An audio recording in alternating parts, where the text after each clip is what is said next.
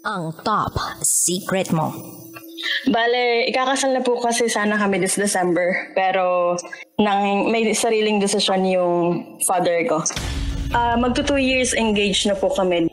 Kaso yung parents ko, specifically my father, ang gusto niya kasi yung invited, syempre, sa yung mga friends niya, which is hindi naman namin kakilala, hindi naman namin ka-close. Kasi kami ng fiancé ko, we have decided na intimate lang. Kumbaga, family lang, yung pinaka-closest lang talaga yung invite namin.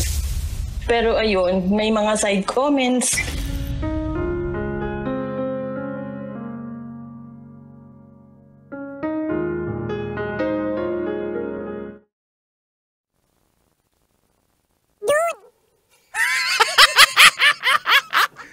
Ba't ganyan yung boses mo, dude? Lunes na lunes, para kang chipmunks.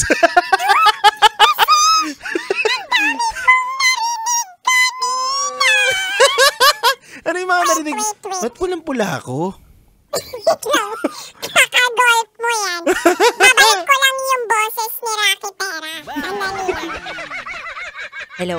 Ayan. Hello po mga kabisyo na nakatutok sa atin ngayon sa radyo. At syempre sa online na nakikita po kami ngayon. Ayan. Dude, ang tatanong ko kasi sa'yo kanina. Okay. Kung magpapakasal ka, gusto mo ba yung konti lang yung bisita o yung bonggang-bongga? Ayan, ang ganda ng tanong mo, napapanahon yan. Ano? Oo naman. Depende kasi yan sa nakulimbat mo. Hindi, para sa akin, gusto ko tahimik lang, ako lang. O kaya kung kaya nga munisipyo lang ako, munisipyo na lang. Wait lang, yun dun sa tahimik. Intimate lang, gano'n. Parang sure ka ba nakasal yan o memorial? Hindi, kasal yan. Diba? Gusto ko yung onti lang yung bisita ko, napakasimple lang. Pero importanteng tao yung mga imbitado sa akin. Alam mo, magandang idea yan. Pero kasi sa mundo ngayon, I mean, yung ibang mga tao, gusto nila talaga yung engrande. Yung marami silang iniimbita. Tapos, ang matindi pa dun, yung mga magulang nung mismo nung involved na bride and groom na parang gusto nila maging kasalang bayan yung peg. Hira, para sa akin lang sa aking pananaw lang, para sa akin, kung kaya nyo naman itabi yung money na ipangkakasal nyo ng magarbo, go lang. Pero it depends kasi yan sa babae. Ako kasi, tatanungin ko yung babae. Before ako magdesisyon, tatanungin ko yung babae. Kasi yun yung pinakamahalagang araw sa buhay niya. So, sa'yo hindi? Hindi, sa akin din. Pero sa babae, iba kasi yan eh. Diba?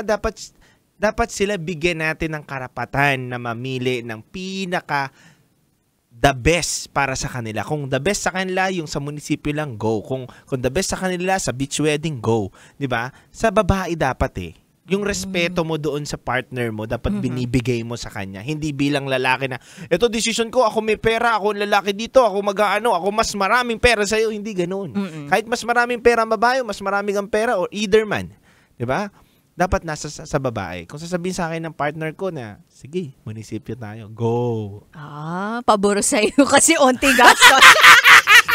Hindi, sa akin lang yun lang ang ko.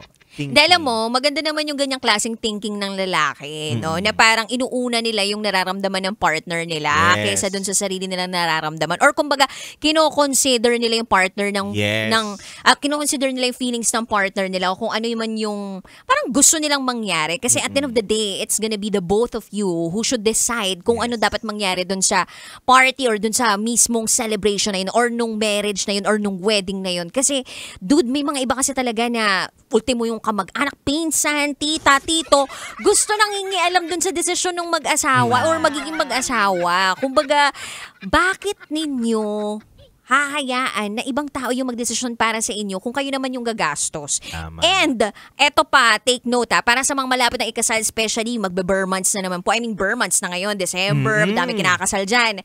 Eto po, pinakatatandaan yung maigi. Bilang kinasal na ako, okay lang na simple ang wedding as long as walang utang pagkatapos. Yun. Correct.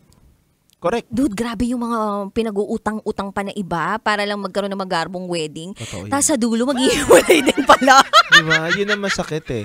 Tsaka yung magiging cause ng pag-aaway ninyo dahil wala kayong makain, dahil bitin yung money ninyo, 'di ba? Para makasurvive, makabili ng ganito, 'di ba? Para makapag-umpisa. True. Diba? Pero yun nga, at the end of the day, decision nyo yan kung saan kayo sasaya. Kung masaya kayo na magkautang kayo dahil magarbo, mapakain nyo, go.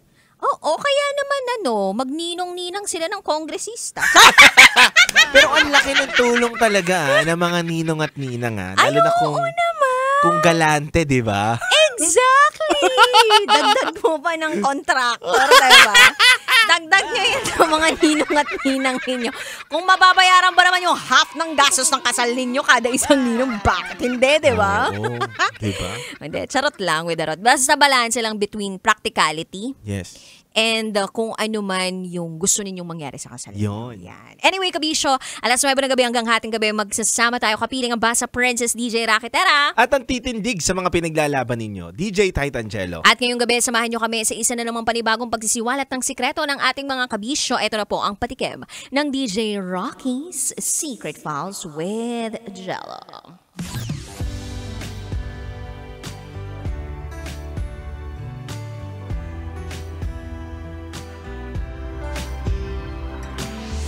May kasalanan akong hindi ko magawang aminin sa boyfriend ko.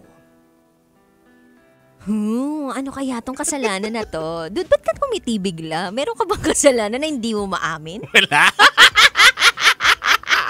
Parang iba yung naging ningning ng mga mata mo, tsaka yung ngiti mo.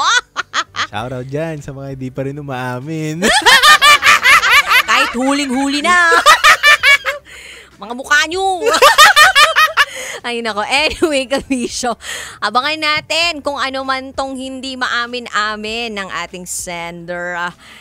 Kapiling pa rin ang Basa Princess DJ Rakitera. DJ Titangelo. At kayo nakatutok sa 90.7 Love Radio. Kailangan pa pang i-memorize yan? Basic! Susunod na po ang DJ Rocky's Secret Files with Jello.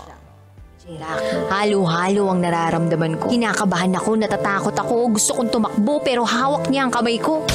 Iba't ibang babae, iba't ibang conversations. Rocky's Secret Files. Your story they never knew existed. Tinuruan niya ako kung paano maging isang mahusay na kabit. Yung puso ko parang sinasaksak sa sobrang sakit. Rocky's Secret Files. Secret Files. With Titangelo. Rocky's Secret Files. Rocky's Secret Files. Secret Files.